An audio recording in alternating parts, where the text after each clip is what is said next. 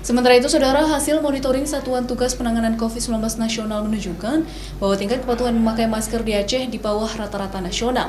Tingkat kepatuhan memakai masker di Aceh sekitar 84,07%, sementara tingkat kepatuhan memakai masker secara nasional sekitar 89,37%. Juru bicara Satuan Tugas Penanganan COVID-19 Pemerintah Aceh, Saifullah Abdul Ghani menyebutkan, data tersebut merupakan hasil monitoring kepatuhan protokol kesehatan selama periode 7 hingga 13 Juni 2021 yang dilakukan oleh Satgas COVID-19 Nasional. Rendahnya kepatuhan masyarakat menggunakan masker, menurut Saifullah Abdul Ghani, karena menurunnya disiplin masyarakat menggunakan masker. Padahal secara kumulatif Aceh sedang terjadi peningkatan kasus pasca libur Lebaran Idul Fitri.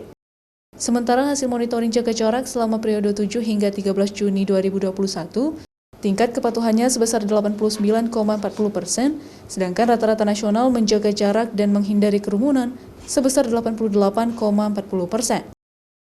Ditanya faktor penyebabnya, tentu saja disiplin menggunakan masker. Kalau kita lihat angka kuantitatifnya sudah di atas 80%, ini angka yang tidak buruk. Tetapi yang paling penting adalah konsistensi, disiplin. Jadi tidak hanya menggunakan masker, tetapi juga konsisten menggunakan selama ada di tempat keramaian. Nah, yang harus dilakukan adalah meningkatkan disiplin baik jaga jarak maupun pakai masker, termasuk di acara-acara adat, acara-acara sunatan, acara kenduri, acara adat lainnya.